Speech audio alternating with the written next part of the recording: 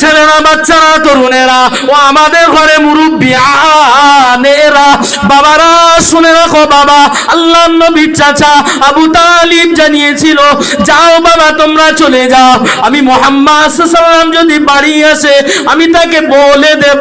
আল্লাহর নবী সারাটা দিন কলেমার প্রচার করে বাড়িতে চলে এলেন। নবী আমার বাড়িতে আসার পরে চাচা জান আবু তালিবের সামনে যখন খানা খেতে বসেছেন, চাচা জান আবু তালিব বলছে, মুহাম্মদ, আমার ভাইপো মুহাম্মদ সাল্লাল্লাহু আলাইহি ওয়াসাল্লাম, আমি তোমার চাচা আবু তালিব বলি বাবা, তুমি একটু আমার কথাগুলো শোনো বাবা, আমি তোমার চাচা আবু তালিব বলি, মুহাম্মদ তুমি যদি লা ইলাহা ইল্লাল্লাহ এই কলেমার প্রচার করা বন্ধ না করো, মক্কার বেদিন বেঈমান কুফারের কুরাইশরা তারা আমাকে হুমকি দিয়ে গিয়েছে, তারা আমার বিরুদ্ধে ময়দানে নামতে বাধ্য হবে। চাচা জানের কথা শুনে আল্লাহর নবী চঞ্চল করে কাঁদছিলেন। নবী চোখ দিয়ে দাদ্দার করে পানির টুসা গড়িয়ে যায়। আল্লাহর নবী চাচা জানের কথা শুনে খুব কান্নাকাটি করে বলেছিলেন, চাচা জান, ও চাচা জান শুনে রাখুন চাচা, আমি মুহাম্মদ সাল্লাল্লাহু আলাইহি ওয়াসাল্লাম আমার এক হাতে যদি আসমানের চাঁদকে এনে দেন, আমার অপর হাতে যদি আসমানের সূর্যকে এনে দেন, আমি মুহাম্মদ সাল্লাল্লাহু আলাইহি ওয়াসাল্লাম আমার কলেমার প্রচারের দায়িত্বটা স্বয়ং আমার আল্লাহ পাক দিয়েছেন। ওই দায়িত্ব থেকে আমি মুহাম্মদ সাল্লাল্লাহু আলাইহি ওয়াসাল্লাম চুল পরিমাণে পিছু হটব না। আরো জোরে বলেন সুবহানাল্লাহ।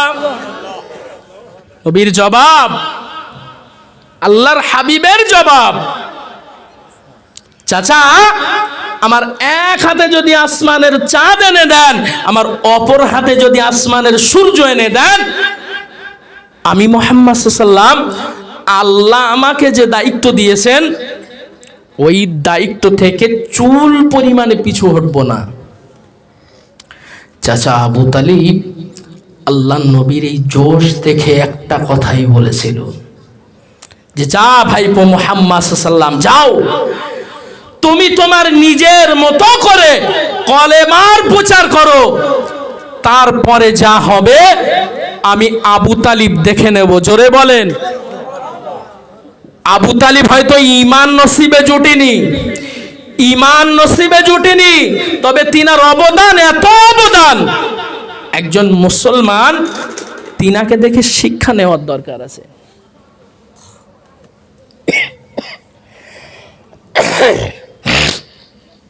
আমাকে আপনাকে শিক্ষা নিতে হবে তিনাকে দেখে, তিনি এত অবদান রেখে গিয়েছেন। এই কথা বলার পরে আল্লাহর নবী যখন আবার কলেমার প্রচার করছেন,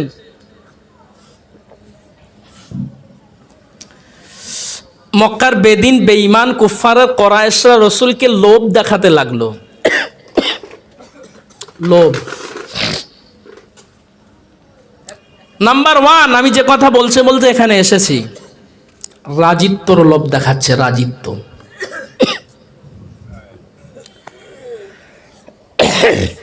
নাম্বার 2, নারীর লোভ দেখাচ্ছে, নারী। নাম্বার 3, বিষয় সম্পত্তি, টাকা পয়সার লোভ দেখাচ্ছে। আবু তালিবকে ডেকে বলছে, আবু তালিব তোমার ভাইপো মুহাম্মদকে একটু ডাকো, আমরা একটু মিটিং মাশওয়ারা করব। ও জওয়ানেরা, যুবকেরা, ও ছেলেরা, বাচ্চারা, তরুণেরা, ও আমাদের ঘরে মুরব্বিয়ানেরা, বাবারা শুনে রাখো বাবা, আল্লাহর নবী চাচা আবু তালিব বলেছিল, ভাইপো মুহাম্মদ তোমাকে নিয়ে আজকে একটু মিটিং মাশওয়ারা হবে ভাইপো, তুমি কি যেতে রাজি আছো নাকি? আল্লাহ নবী বলেছিলেন, চাচা যান, আপনি আমার গার্জিয়ান, আমার আব্বা পৃথিবীতে বেঁচে নাই, মা আমার পৃথিবীতে বেঁচে নাই, আমি আপনার তত্ত্বাবধানে আছি। আপনি যদি আমাকে হুকুম করেন, আপনি যদি আমাকে অর্ডার করেন, আমি আপনার সাথে যেতে রাজি আছি। জোরে বলেন। আমার আপনার হয়তো আব্বা বেঁচে নেই, মা বেঁচে নেই, আমার আপনার সন্তানটা আমার ভাইয়ের কাছে মানুষ, বলেন ওই সন্তান কি এতটা কথা শুনবে? নবীর আদর্শটা খুবই উন্নত মানের আদর্শ। আমি দীর্ঘদিন 1 সপ্তাহ ধরে জ্বরে ভুগছি, বুঝতে পারছেন, প্রচন্ড কাশি হচ্ছে।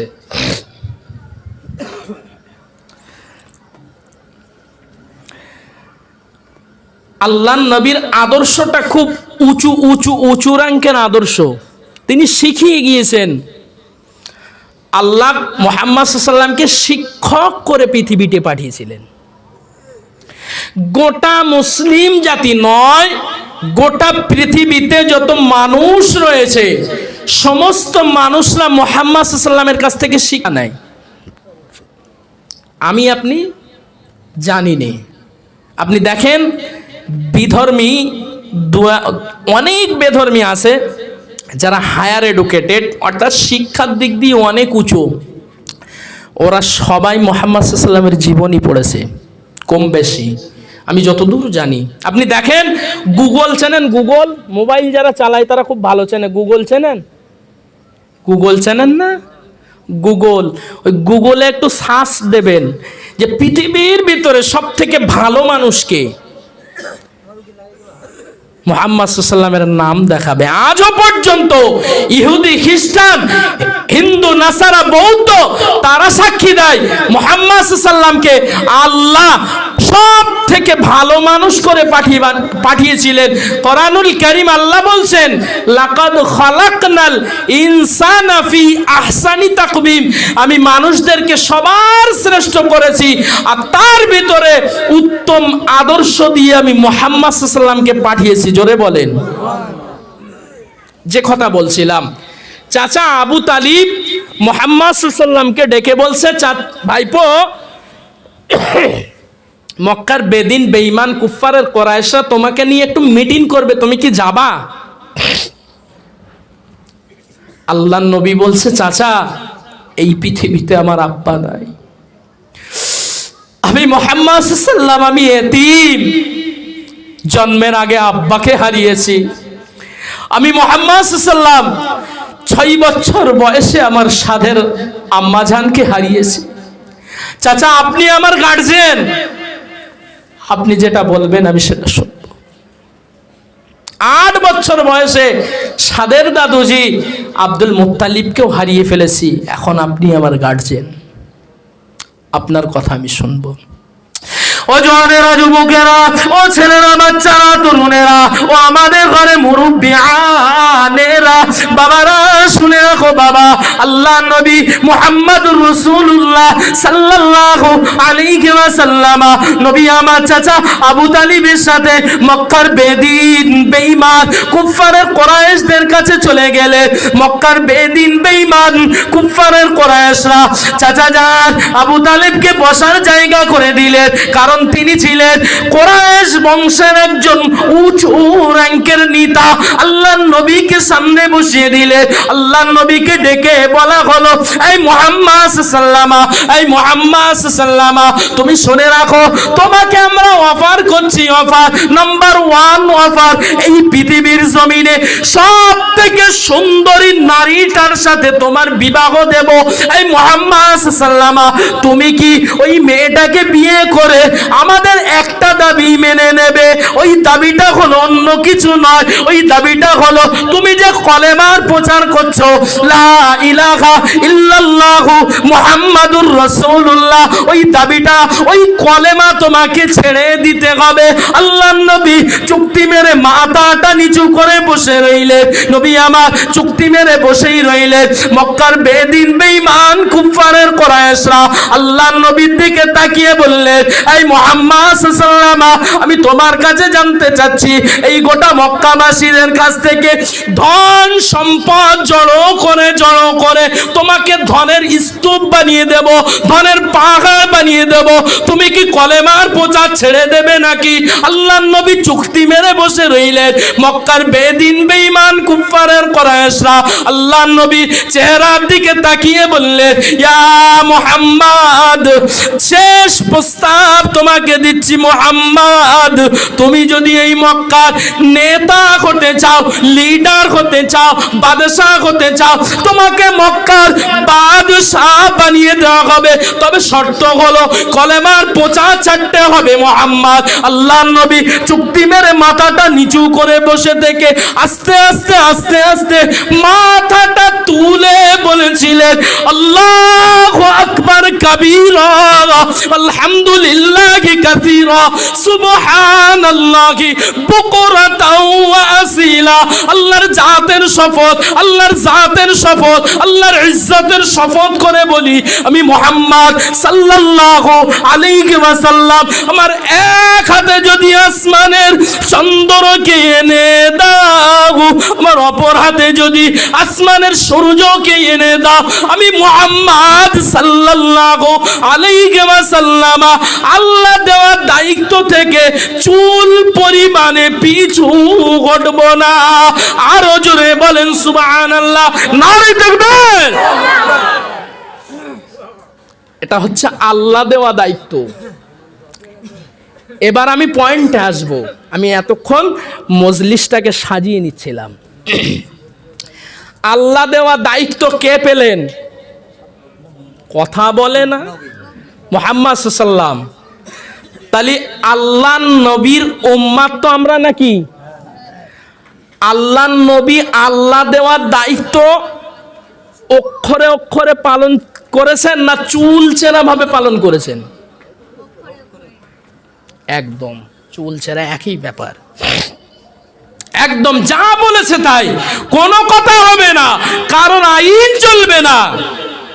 আল্লাহ নবী তিনি আল্লাহর দায়িত্বটা এত পুঙ্খানু ভাবে পালন করেছেন। ঠিক আমরা নবীর উম্মাত, আল্লাহ আমাদের কিছু দায়িত্ব দিয়েছে না দেয়নি? দিয়েছে। কি দায়িত্ব দিয়েছে? কিয়ামতে 5টা প্রশ্ন হবে, জানেন? জানেন কেউ? কিয়ামতে কয়টা প্রশ্ন? কেউ বলতে পারবেন? একটা বলেন, একটা, যে কিয়ামতে সবার প্রথমে, কিয়ামত যেদিন কায়েম হবে, বিচার যখন শুরু হবে, সবার 5টা প্রশ্ন করা হবে। বলেন, ঠিক বলছি তো? 5টা প্রশ্ন। ওই 5টা প্রশ্নের একটা বলতে পারবেন?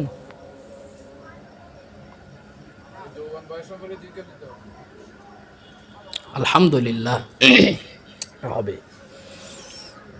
তবে নাম্বার 1 যে প্রশ্ন হবে, আমি আপনি মুসলমান, একটু ভাবেন। আজকে দুঃখ লাগে, গোটা সমাজব্যাপী এরকম ধর্মীয় মাহফিল হচ্ছে, কিন্তু এই মাহফিল থেকে কিছু সঞ্চয় করতে পাচ্ছি না। এটা দুঃখ, আফসোস, এছাড়া কিছু না। এটা তো সঞ্চয় করার জায়গা। এখান থেকে ইলমে দ্বীন শিখতে হবে, ইলমে তরিকাত, মুরাকাবা, মুশাহেদা শিখতে হবে। আল্লাহর ওলিরা শিক্ষা দিতেন। ইলমে মারিফাত শিখতে হবে, ইলম শিখতে হবে, শরীয়তের ইলম। এই শরঈ ইলম শেখার জন্য এই জায়গাগুলো বানানো হয়। আর এই জায়গা থেকে আমরা ইলম না শিখে বাজারে গিয়ে ঘুরছি, এটা তো দুঃখ, এছাড়া কিছুই না। আপনি কি ভাবছেন? আমি এখানে একজন মুসলিমের, সে কম বেশি 60, 70, 80, 100 বছর পৃথিবীতে বসবাস করলো। আর এই 70, 180 বছর জিন্দিগিতে তার 5টা প্রশ্ন করা হবে, বেশি না। এই 5টা প্রশ্ন কিয়ামতে হবে। ওই 5টা প্রশ্নর আমি বলেছিলাম একটা বলতে, তোমার এক ভাই বলেছে, আর বাকি আমরা সব নীরব নিথর। এই জীবনটাকে নিয়ে একটু সমীক্ষা করতে হবে। আমি ভাবি অনেক জায়গায় বলি, নিজের জীবন নিয়ে যে ব্যক্তি সমীক্ষা করবে না, ওর নাজাত পাওয়া অনেক কঠিন। নাম্বার 1 প্রশ্ন হবে নামাজ সম্বন্ধে। কি সম্বন্ধে? আর ভাই যেটা বলেছে ওটাও আছে, তবে আমি এই নামাজ সম্বন্ধে, আল্লাহর দেওয়া দায়িত্ব নামাজ, কথা ঠিক না? আমরা যে মাসটাই বসেছি, এই মাসটার আরবি নাম কি কেউ জানেন? রজব মাস। কি মাস? রজব। গত সপ্তাহে খুতবায় ছিল বধির। এই রজব মাসকে আল্লাহ কালা করে দিয়েছে, তাই না? আমি তো বয়ান করেছিলাম মসজিদে। রজব মাসকে আল্লাহ বধির করেছেন, কালা, অর্থাৎ শুনতে পায় না। যে শুনতে পায় না ওর বলে ঝামেলা কম হয়, তাই না? মনে করেন আমি শুনতে পাই না, আমার এক ভাইয়ের সাথে ঝামেলা বেঁধে গেছে, সে আমার হদ্দ গাল দিচ্ছে, আমি তো শুনতে পাচ্ছি না, তাহলে ওর গোনা তো কম হচ্ছে, ও ঝামেলা কম হচ্ছে, যা বলে বলুক, কোনো সমস্যা নেই। আল্লাহ রজব, মাহে রজবকে আল্লাহ বধির করেছে, কালা করে দিয়েছে। এই মাহে রজবকে বধির করার একটা কারণ আছে। আমার পূর্ববর্তী আলেম তিনার আগে যিনি ওয়াজ করছিলেন, আপনাদের মসজিদের বর্তমান ইমাম সাহেব, এই রজব মাস সম্পর্কে হাদিস শরীফে যেটা এসেছে বিস্তারিত কথা বলছিলেন, তার ভিতর থেকে আমি একটা তুলে নিচ্ছি। হুজুর বলছিলেন এই রজব মাসে বীজ বপন করতে হবে। বীজ, এখন এই বীজ বপনের জন্য আপনার কি জায়গা ভালো হওয়া চাই না বন জঙ্গল হওয়া চাই? ভালো জায়গা না হলে হবে না। অর্থাৎ আমার আপনার অন্তরটাকে সাফ করতে হবে। আর এই অন্তর সাফ করার পরে আপনি মানুষের অন্তর সাফ করার সার্ফও চেনেন? সার্ফও তো মানুষের অন্তর সাফ করার একটা সার্ফ আছে, জানেন ওই জিনিসটা কি? হ্যাঁ, মানুষের অন্তর সাফ করার যে সার্ফ আছে, ওই সার্ফটার নাম তাওবাতান নাসুহা। কি?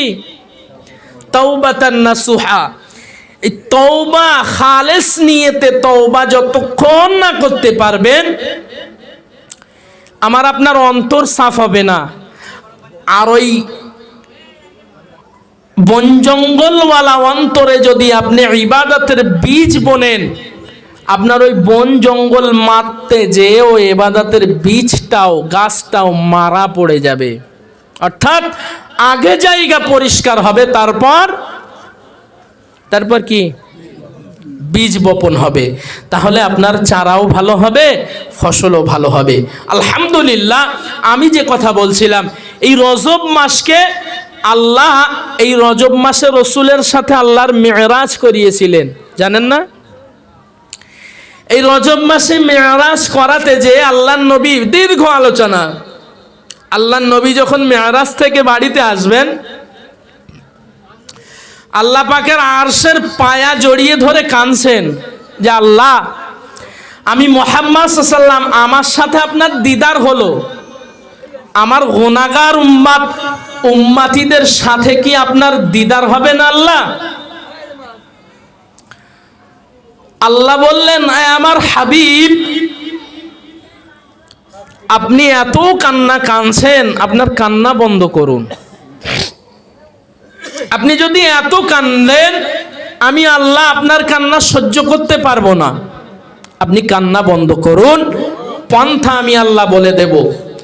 ও জওয়ানেরা, যুবকেরা, ও ছেলেরা, বাচ্চারা, তরুণেরা, ও আমাদের ঘরে মুরব্বি আনেরা, বাবারা, শুনে রাখো বাবা, আল্লাহ নবী আরশে আজিমের পায়া জড়িয়ে ধরে বলছেন, আল্লাহ পাক, আমি মুহাম্মদ সাল্লাল্লাহু আলাইহি ওয়াসাল্লাম একদিন নয়, 2 দিন নয়, 1 বছর নয়, 2 বছর নয়, এক এক করে 27টা বছর ধরে আপনার সাথে মেরাজ হলো, আপনার সাথে গল্প গুজব করলাম, আল্লাহ পাক আপনার সাথে কথোপকথন করলাম, আল্লাহ পাক আমি মুহাম্মদ সাল্লাল্লাহু আলাইহি ওয়াসাল্লাম আমি জান্নাত জাহান্নাম গুলা পরিদর্শন করলাম, তবে আল্লাহ পাক আমি মুহাম্মদ সাল্লাল্লাহু আলাইহি ওয়াসাল্লাম আমার গুনাহগার উম্মতিরা তারা তো পৃথিবীতে আছে, তাদের সাথে কি আপনার দিদার হবে না আল্লাহ, দেখা হবে না আল্লাহ? আল্লাহ পাক জানিয়েছিলেন আমার হাবিব এই মুহাম্মদ সাল্লাল্লাহু আলাইহি ওয়াসাল্লাম আমি আল্লাহ পাক জানিয়ে দিলাম, আমি আল্লাহ পাক তোমাকে বলে দিয়ে দিলাম, আমি আল্লাহ পাক আমার সাথে যেমন তোমার দিদার হলো, দেখা হলো, আমার সাথে যেমন তোমার সাক্ষাৎ হলো, কথোপকথন হলো, আমি আল্লাহ পাক বলে দিলাম তোমার গুনাহগার উম্মতিদের সাথে আমি আল্লাহ পাক আমার সাথে দেখা হবে, দিদার হবে, তবে মুহাম্মদ সাল্লাল্লাহু আলাইহি ওয়াসাল্লাম একটা কথা তুমি শুনে রাখো, এই পন্থা ছাড়া আমি আল্লাহ আমার সাথে কোন মানুষের দিদার হবে না। ওই কথাটা হলো অন্য কিছু নয়, আল্লাহ নবীকে বলে দেওয়া হলো এই মুহাম্মদ সাল্লাল্লাহু আলাইহি ওয়াসাল্লাম আপনি আপনার গুনাহগার উম্মতিদেরকে বলে দেবেন আসসালাত আসসালাত আসসালাত আসসালাতু মিরাজুল মুমিনিন। আর জোরে বলেন সুবহানাল্লাহ।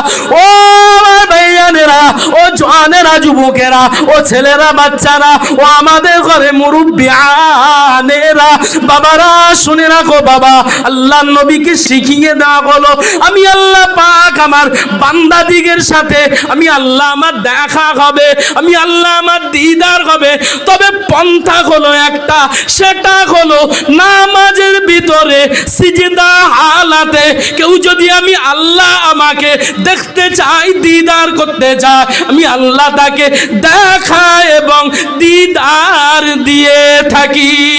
আরো জোরে বলেন সুবহানাল্লাহ।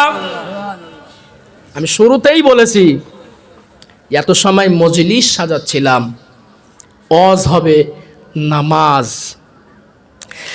কিয়ামতে যে 5টি প্রশ্ন হবে তার নাম্বার 1 প্রশ্ন কথা বলে না, জোরে বলেন না, নামাজ পড়বেন না এরকম ভাব।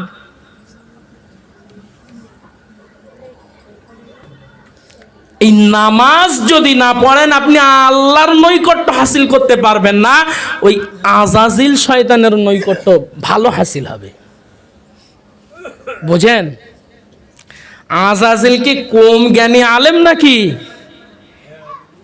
আজাজিলকে মুআল্লামুম মালাইকা বলা হতো। কি বলা হতো? ওর লকব ছিল মুআল্লামুম মালাইকা, মালাইকাদের সরদার অর্থাৎ ফেরেশতাদের সরদার। জোরে বলে।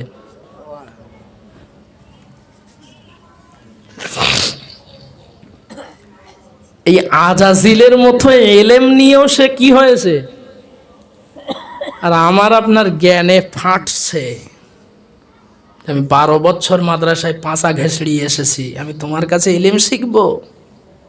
ছা ছা ছা ছা ছা ছা, ভাবলেন কি? আল্লাহ নবী বলছে লা ইয়াদখুলুল জান্নাহ মিসকালা যাররাতিন মিন কিবরি, যার ভিতরে জাররা জাররা জাররা পরিমাণে অহংকার থাকবে ও জান্নাতে যাবে না। কি ভাবছেন? আমার বয়স বেশি হয়ে গিয়েছে, মসজিদের ইমাম সাহেব তো আমার থেকে ছোট, ওর কাছ থেকে ইলম শিখবো? মরে দেখো। আমার বয়স বেশি, আমার ভাইপো ছোট মানুষ, ওর কাছ থেকে ইলম শিখবো? আল্লাহ বলবে শিখিসনি কেন তাই বল। আমি আল্লাহ তো তোকে বলেছিলাম ইকরা, বান্দা পড়, তুই পড়িসনি কেন তাই বল। তোর আগে মার হবে, পড়িসনি তার জন্য, আমল করিস না সব পরের কথা। মার আগে হবে কেন? পড়িসনি, জানিসনি কেন?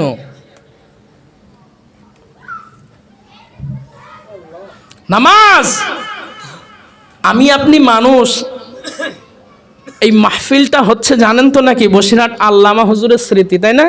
হ্যান্ডবিল দেখছিলাম তো, তাই আছে। ওই ব্যক্তিটা সম্বন্ধে জানেন? না বললে তো হক আদায় হবে না।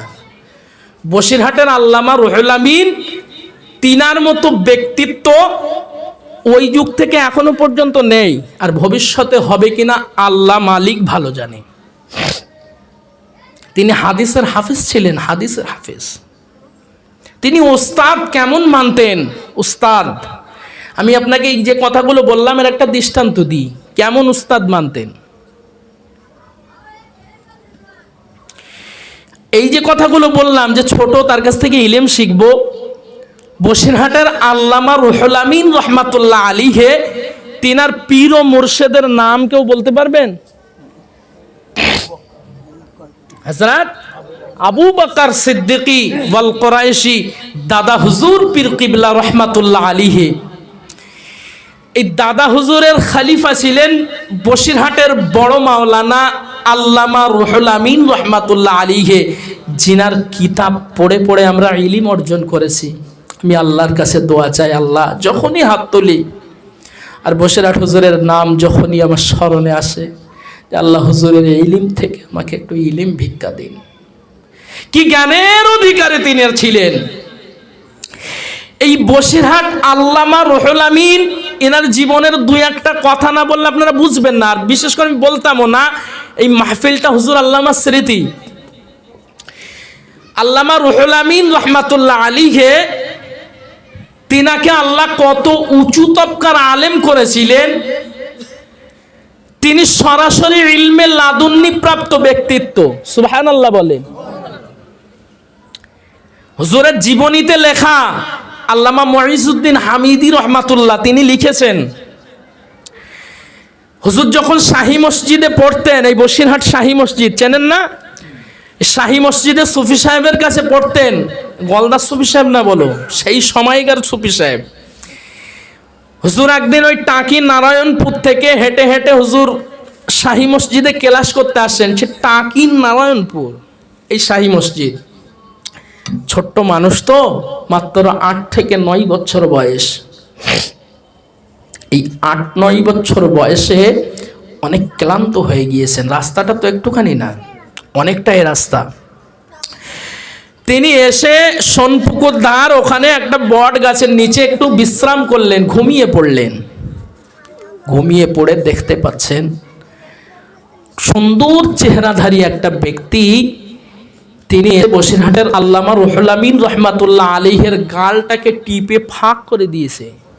দিয়ে তিনার জাবান মুবারক থেকে একটু থুতু হুজুর আল্লামার গালের ভিতরে নিক্ষেপ করেছে। সুবহানাল্লাহ বলে। ও জওয়ানেরা, যুবকেরা, ও ছেলেরা, বাচ্চারা, তরুণেরা, ও আমাদের ঘরে মুরব্বি আনেরা, বাবারা শুনে রাখো। বাবা হুজুর আল্লামা রহমাতুল্লাহ আলাইহি, বসিরহাটের আল্লামা রুহুল আমিন রহমাতুল্লাহ আলাইহি, তিনার ঘুমটা ভেঙে গেল। তিনি আস্তে আস্তে আস্তে আস্তে আস্তে আস্তে মুখটাকে ধুয়ে ফেললেন, গালটাকে ধুয়ে ফেললেন, চেহারাটাকে পরিষ্কার করে ওযু বানিয়ে নিয়ে তিনি শাহী মসজিদে চলে আসলেন ইলমের দ্বীন শিখার জন্য, শরীয়তের ইলম শিখার জন্য। আল্লাহর ওলি খাজা রুহুল আমিন রহমাতুল্লাহ আলাইহি, তিনি যখন বসিরহাটের শাহী মসজিদে চলে আসলেন, তিনি বসে বসে বসে বসে কোরআনুল কারীম তেলাওয়াত করেন। সুফি সাহেব, তিনার নাকের ভিতরে একটা ঘেরান চলে এসেছে। কি সুন্দর ঘেরান, মেশকে আম্বারের মতো ঘেরান। তিনি সবাইকে ডেকে বলছেন, কে এত সুন্দর আতর মেখেছো বাবা, কে এত সুন্দর আতর মেখেছো, আমি তোমাকে একটু ডাকি বাবা। কেউ ওঠে না বাবা, কেউ ওঠে না। আল্লাহর ওলি হযরত রুহুল আমিন রহমাতুল্লাহ আলাইহি, তিনি আস্তে আস্তে আস্তে আস্তে হুজুরের কাছে চলে গেলেন। সুফি সাহেব সাহেবের কাছে যে জমনি বসলেন, আল্লামা রুহুল আমিনের সাথে যখন সুফি সাহেব কথোপকথন করে, হুজুরের মুখ থেকে, হুজুরের গাল মুবারক থেকে এত সুন্দর ঘেরান চলে আসে। সুফি সাহেব বলতে লাগে, বাবা রুহুল আমিন, বাবা রুহুল আমিন, তুমি কি আতর খেয়ে ফেলেছো? বাবা তুমি কি আতর খেয়েছো নাকি? মিশকে আম্বার কি তুমি গিলে গিলে খেয়েছো নাকি? আল্লাহর ওলি হযরত রুহুল আমিন বলেছিলেন, ও আমার হুজুর সুফি সাহেব, আমি রুহুল আমিন রহমাতুল্লাহ আলাইহি, আমি কোন আতর খাই না হুজুর, আমার সাথে এই ঘটনাগুলো ঘটে গিয়েছে। আল্লাহর ওলি হযরত রুহুল আমিন রাহমাতুল্লাহ আলাইহি সুফি সাহেবের সাথে বর্ণনা দিচ্ছেন, হুজুর আমি যখন টাকি নারায়ণপুর থেকে এই বসিরহাট শাহী মসজিদে ক্লাস করতে আসছিলাম, হুজুর আমি ক্লান্ত শ্রান্ত হয়ে গিয়েছিলাম। হুজুর আমি ক্লান্ত শ্রান্ত হয়ে ওই সনপুকুরের ধারে একটা গাছের নিচে আমি একটু বিশ্রাম করতে করতে ঘুমিয়ে পড়েছিলাম। হুজুর আমি ঘুমিয়ে স্বপ্ন যোগে দেখতে পেলাম কি সুন্দর তার চেহারা, কি সুন্দর তার নাক নকশা। সে আমার কাছে এসে কচি রুহুল আমিন বলে আমার গালটাকে টিপে দিয়ে তিনার জাবানি মুবারক থেকে এক টুকরা থুতু আমি রুহুল আমিনের গালের ভিতরে নিক্ষেপ করলো। হুজুর জানি না হুজুর আমি জানি না, সেখান থেকে আমি রুহুল আমিনের জাবান মুবারক দিয়ে এই ঘেরানটা আমি রুহুল আমিনও পাচ্ছি। জোরে বলে আল্লাহর ওলি সুফি সাহেব বলেছিলেন, হুজুর আল্লামার আব্বাজানকে খবর দিয়ে বলেছিলেন, আমি আপনার সন্তানকে আর ইলমে দ্বীন শিখাতে পারবো না, সে তো ইলমে লাদুন্নি প্রাপ্ত হয়ে গিয়েছে। আরো জোরে বলেন সুবহানাল্লাহ। মুন্সি দবিরউদ্দিন রহমাতুল্লাহ তিনাকে ডেকে বলছে যে আমি আপনার সন্তানকে আর ইলমে দ্বীন শিখাতে পারবো না, সে তো ইলমে লাদুন্নির অধিকারী হয়েছে। সুবহানাল্লাহ সুবহানাল্লাহ। এই আল্লামা রুহুল আমিন যিনি সারা জীবন ফার্স্ট ক্লাস ফার্স্ট, বুঝেন না, 100-তে 100, তিনার জীবনীতে লেখা আছে 100-তে 101 পর্যন্ত পেয়েছেন। হয় নাকি? কিন্তু তেনার স্যারেরা খুশি করে দিয়েছেন। কি তীক্ষ্ণ ব্রেন আল্লাহ তাকে দিয়েছিলেন। এই ব্যক্তিটা কি কম জ্ঞানের আলেম নাকি? হুজুর আল্লামার জ্ঞান কি একটু কম ছিল? এই ব্যক্তিটা বায়াত গ্রহণ করেছিলেন।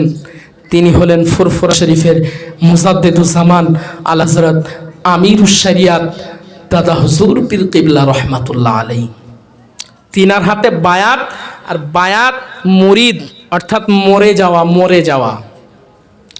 কোন পীরের হাতে যখন বায়াত হয়, মুরিদ হয়, ওই পীরের কথায় উঠতে হয় আর বসতে হয়, এর নাম মুরিদ। তো হুজুর আল্লামা রহমাতুল্লাহ আলাইহি তিনি একদিন দাদা পীরের সাথে ফুরফুরা শরীফে যাচ্ছেন। তিনার পীর দেখেন সুফি ফাতে আলী ওয়াইসি রহমাতুল্লাহ আলাইহির হাতে বায়াত ছিলেন আমার দাদা হুজুর পীর কেবলা, তাই না? এই দাদা হুজুর পীর কেবলা তিনি সেই সময়কালে ফুরফুরা শরীফে সুফি ফাতে আলী ওয়াইসি রহমাতুল্লাহ আলাইহি হুজুরকে নিয়ে যাচ্ছেন। নিয়ে যেতে যেতে ফুরফুরায় যারা গিয়েছেন দেখেছেন সব বাগদিদের বাস, তাই না? অধিকাংশ বেধর্মী। যাই বা হোক, ওই উজল থেকে পালকি নিয়ে আসলেন। পালকিতে করে সুফি ফাতে আলী ওয়াইসি রহমাতুল্লাহ আলাইহি হুজুরকে নিয়ে যাওয়া হবে। এই পালকিতে করে নিয়ে যাওয়ার জন্য সুফি ফাতে আলী ওয়াইসি রহমাতুল্লাহ আলাইহি যেখানে পালকিতে উঠে পড়লেন, কিন্তু হুজুরের জুতো দুটো তো নিচেই রয়ে গেল। ফুরফুরা শরীফের মুজাদ্দিদুজ্জামান কুতুবুল আলাম আমিরুশ শরিয়া হুজুরের দুটো জুতো মাথায় করে নিয়ে ফুরফুরার দিকে হাঁটতে লেগেছেন। সুবহানাল্লাহ সুবহানাল্লাহ। আপনি কি ভাবছেন? দাদা হুজুর পীর কিবলা রহমাতুল্লাহ আলাইহি তিনি জুতো দুটো যখন মাথায় করে নিয়ে উজল থেকে হাঁটতে লেগেছেন, ওই হিন্দু বেধর্মীরা দেখে বলছে, এই দেখ আবু বকর পাগল হয়ে গিয়েছে, লোকের জুতো মাথায় করে বয়ে বেড়াচ্ছে। কথাটা খুব ভালো বলে মনে হয় না? যারা একটু জ্ঞান বুদ্ধি বিবেক আছে ওর খুব প্রেস্টিজে লেগে যাবে, বলো পাগল হয়ে গেছে, লোকের জুতো বয়ে বেড়াচ্ছে। কিন্তু দাদা হুজুর পীর কিবলা রহমাতুল্লাহ আলাইহি তিনি কথাটা ভ্রুক্ষেপ করলেন না, আস্তে আস্তে পালকির পিছনেই চলতে লাগলেন। ও জওয়ানেরা, যুবকেরা, ও ছেলেরা, বাচ্চারা, তরুণেরা, ও আমাদের ঘরে মুরব্বিয়ানেরা, বাবারা শুনে রেখে দাও বাবা, আল্লাহর ওলি ফুরফুরা শরীফের মুসাদ্দিদুজ্জামান কুতুবুল আলম আমিরুশ শরিয়া আলা হযরত দাদা হুজুর পীর কিবলা রহমাতুল্লাহ আলাইহি তিনার পীর ও মুর্শিদ হযরত সুফি ফাতে আলী ওয়াইসি রহমাতুল্লাহ আলাইহি তিনার জুতো দুখানা মাথায় করে যখন ফুরফুরা জমিন দিকে হেঁটে হেঁটে যাচ্ছে, ওই ফুরফুরা বেধর্মী মানুষরা বলছে ফুরফুরার আবু বকর পাগল হয়ে গিয়েছে, ওর মাথা খারাপ হয়ে গিয়েছে, ও লোকের জুতো মাথায় করে বয়ে নিয়ে বেড়াচ্ছে। আল্লাহর ওলি হযরত সুফি ফাতে আলী ওয়াইসি রহমাতুল্লাহ আলাইহি হযরত সুফি ফাতে আলী ওয়াইসি রহমাতুল্লাহ আলাইহি কানেতেই কথা পৌঁছে গেল। কানেতে পৌঁছানোর পরে তিনি চুক্তি মেরে পালকির ভিতরেই বসে রইলেন। ফুরফুরা জমিনে গিয়ে যখন পালকি থেকে নামানো হলো, আল্লাহর ওলি হযরত সুফি ফাতে আলী ওয়াইসি রহমাতুল্লাহ আলাইহি হযরত সুফি ফাতে আলী ওয়াইসি রহমাতুল্লাহ আলাইহি আমার দাদু পীরকে ডেকে বললেন, বাবা আবু বকর, এই বাবা আবু বকর, তোমার গ্রামের মানুষেরা তোমাকে যেন কি একটা বলেছে বাবা। আল্লাহর ওলি মুসাদ্দিদুজ্জামান কুতুবুল আলম আমিরুশ শরিয়া বললেন, হুজুর কই না, আমাকে কিচ্ছু বলিনি হুজুর। আল্লাহর ওলি হযরত সুফি ফাতে আলী বলছেন, ও বাবা আবু বকর, আমি সুফি ফাতে আলী সবই শুনেছি বাবা, বলে ফেলো বাবা কি বলেছে। হযরত আবু বকর মুসাদ্দিদুজ্জামান বললে, আমার হুজুর বেয়াদবি মাফ করুন, গুস্তাখি ক্ষমা করুন হুজুর, বেয়াদবি মাফ করুন হুজুর, গুস্তাখি ক্ষমা করুন হুজুর, আমি আবু বকর এটা কিছু মনে করি না। তাকবীর দেন তো, নারায়ে তাকবীর, আরো জোরে বলেন নারায়ে তাকবীর। ভাই সময় স্বল্পতার কারণে আমার অগোছালো বক্তব্য এখানে ইতি করতে বাধ্য হচ্ছি। রব্বুল আলামিনের যদি দয়া হয়, আল্লাহ যদি কোনোদিন সুযোগ দেয়, বাকি কথা ইনশাল্লাহ পরে আলোচনা করা যাবে। ভাষাগত ভুল ত্রুটি মার্জনীয় ক্ষমা করবেন। রব্বুল আলামিনের কাছে দোয়া চান, আল্লাহ যেন আমার ইলমে বরকত দেন, হায়াতে বরকত দেন। আপনারা যারা আছেন সকলের হায়াতে বরকত দেন। আল্লাহ আমাদের সকলকে খাতেমা বিল খায়ের করেন। সকলে বলুন আল্লাহুম্মা আমিন। ওয়া আখিরি দাওয়ানা আনিল হামদুলিল্লাহি রাব্বিল আলামিন। আসসালামু আলাইকুম ওয়া রাহমাতুল্লাহি ওয়া বারাকাতুহু।